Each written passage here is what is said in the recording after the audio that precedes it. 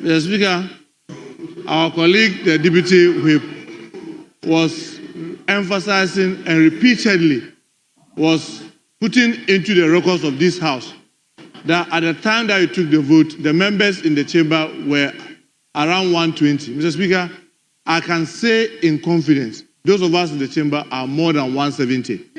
So it should not go into the record that we were less than the number 139 to take decision.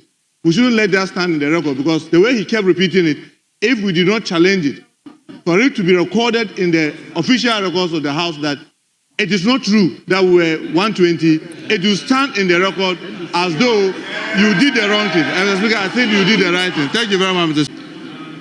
Honorable members, the issue of quorum is not just a matter of fact.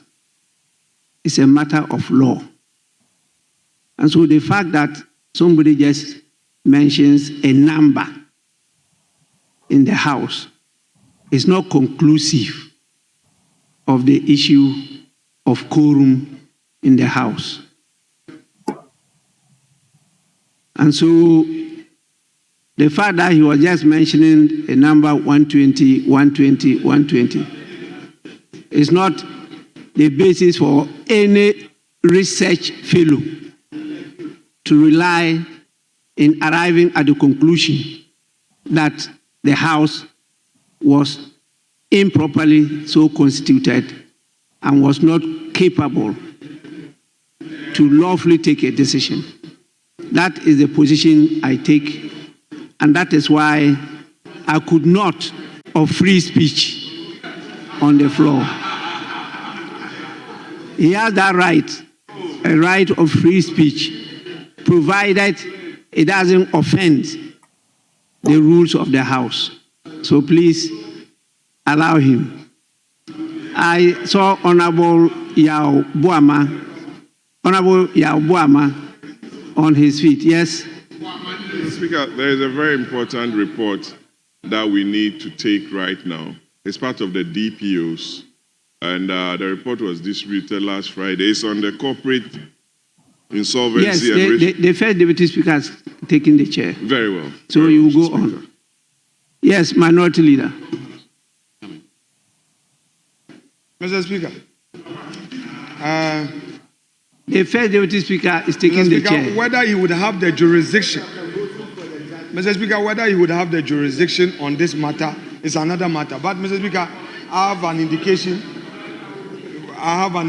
from you, so I won't pursue. But just for the record, Mr. Speaker, the member, however lame his application was, had raised a constitutional issue. Mr. Speaker, I rest my case. Had raised a constitutional issue. He invoked, Mr. Speaker, he invoked your mandate under Article 104 and did say for the records that we did not have the quorum to take decision. Mr. Speaker, that was a member's application. But Mr. Speaker, you are the presiding officer. Who are we to challenge you when you don't make pronouncement on a constitutional matter? Mr. Speaker, we cannot challenge you, but he made an application. Honorable Minority Leader, you know the rules. After a decision has been taken, you are telling me that he has made an application. The rules are very clear on that. The rule. Some matters are not just about the rules. They are about our integrity. Mr. Speaker, we debated. You put the question. At the time you were putting the question, nobody attempted to arrest the putting of the question. No.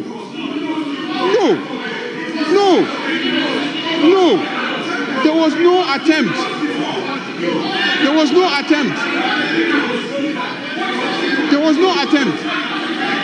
Mr. Speaker, listen carefully. Mr. Speaker, please. Honorable members. Mr. Speaker, we You put the question. Honorable Majority Leader, please resume your seat. Honorable members, I was presiding. None of you was presiding over the proceedings. And I know what happened. I need nobody to tell me. I have taken the position, I've given indication, and I believe that it's been accepted in good faith. Let's end it here and let's move on. First Deputy Speaker to take the chair. Consider the appointment of an additional 5 judges to the Supreme Court to ensure the speedy resolution of cases and speedy delivery of final decisions for the nation.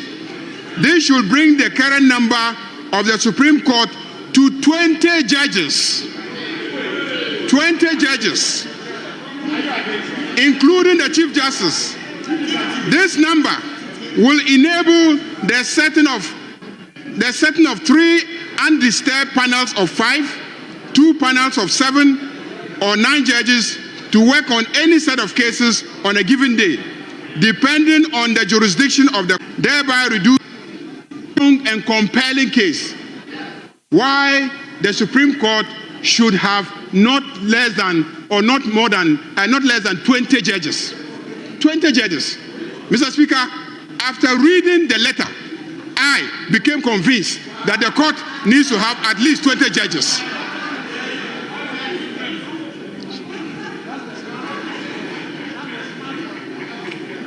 Mr. Speaker, so I'm surprised that, and yet one key recommendation, one key legacy that she sought to leave, which is recommending that we should have 20 Supreme Court judges, that you will be against that. I'm surprised. But I can understand. Having failed to process 2, you cannot understand why we on this side will succeed in processing 7 on one day. I can understand. Unfortunately, we will approve. Mr. Speaker, on that note, I urge colleagues to vote adopting the report. I plead with my colleagues opposite not to walk out. They should sit. Let us vote. I can see that in principle you are not against the nominees. You've extolled their virtues here, except that because you didn't succeed in approving the 2, you don't see why we should approve 7. But that is our luck. That is our luck. You have to live with that. Thank you very much, Mr. Speaker.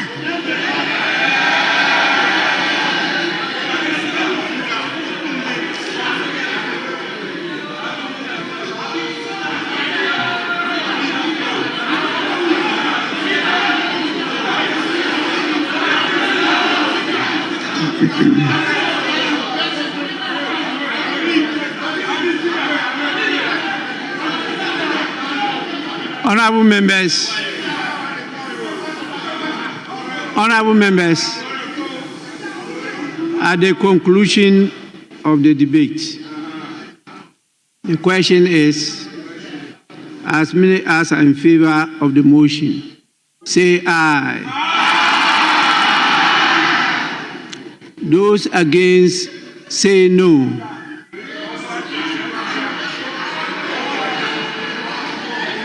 Honorable members, the ayes have it.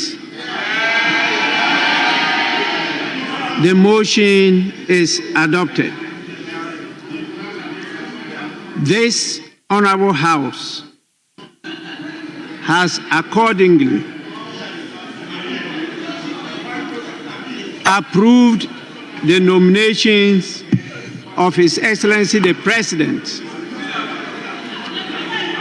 of the following persons as Justices of the Supreme Court in accordance with Article 1442 of the 1992 Constitution, respectively. Honorable members, the judges Involved are Dominic Ajay, Justice Biel Simon Surbare, Justice Philip Bright Mensah, Justice Janapari Ajwa Batels Kuju, Justice half of the Parliament of Ghana.